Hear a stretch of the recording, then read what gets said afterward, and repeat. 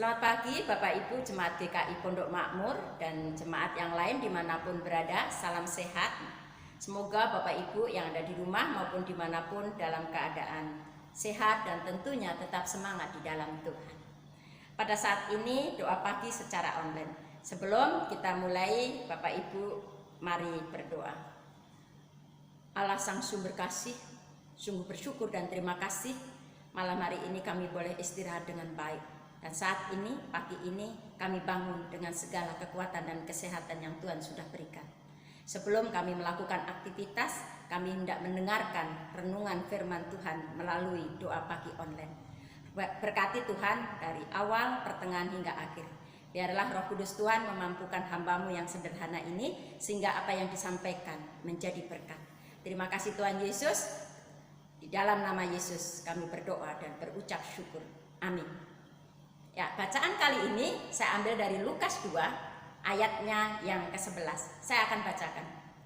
Hari ini telah lahir bagimu juru selamat, yaitu Kristus Tuhan di kota Daud. Tema daripada renungan doa pagi saat ini saya beri judul Sukacita dalam Kesunyian dan Ketaatan Natal. Bapak Ibu yang kekasih di dalam Kristus, ternyata kita sudah memasuki bulan Desember. Bulan Desember adalah bulan yang sangat ditunggu-tunggu karena ada hari spesial, yaitu hari Natal. Sudah menjadi kebiasaan ketika menjelang Natal orang sibuk mempersiapkan diri. Gereja-gereja membentuk panitia, membuat acara sampai menyusun anggaran. Dan ketika saatnya tiba anggaran tidak mencapai target, berupaya mencari dana ke sana kemari. Tujuannya hanya satu, yaitu agar acara Natal dibikin semeriah mungkin. Merayakan Natal dengan kemeriahan itu tidak salah, karena memang merupakan momen bersukacita, karena Tuhan telah lahir bagi kita. Untuk itu kita patut bersyukur. Rupanya Natal tahun ini akan jauh berbeda Bapak Ibu dengan tahun-tahun yang lalu.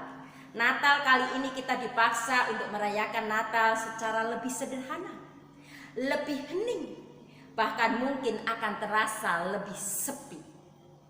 Bukan saja kita tidak bisa mengadakan ibadah bersama, tetapi mungkin berjumpa dengan saudara pun akan kesulitan, mengingat masih PSBB terus diperpanjang.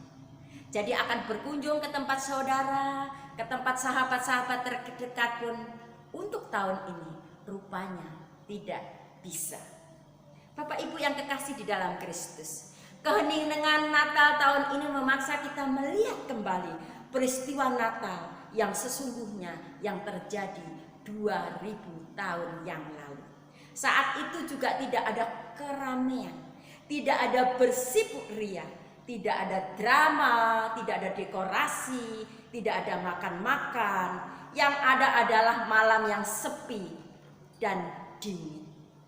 Para gembala berada di padang gurun yang sepi dan gelap, hanya diterangi bintang dan bulan.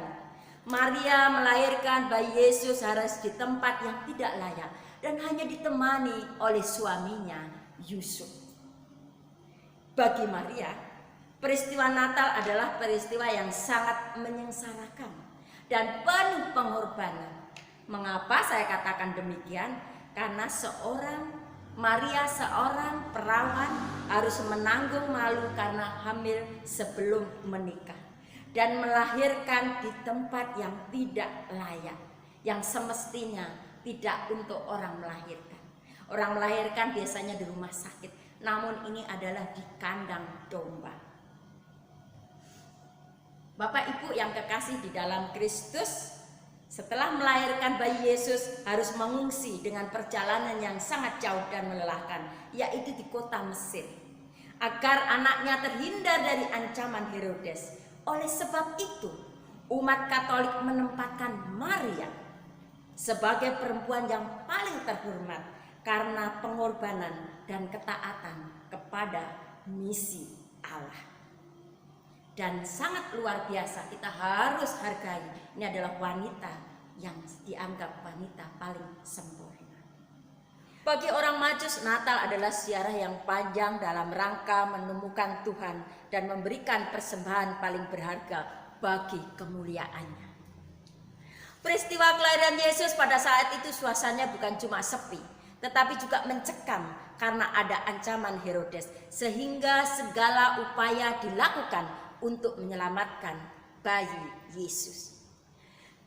Di satu sisi ada kabar sukacita karena Yesus telah lahir di dunia. Di sisi yang lain ada rasa takut harus dialaminya. Bapak Ibu yang kekasih di dalam Kristus, Natal tahun ini juga suasananya mencekam. Semua orang takut karena ada pandemi. Walaupun demikian, kita tidak boleh menghilangkan rasa sukacita atas lahirnya Sang Juru Selamat.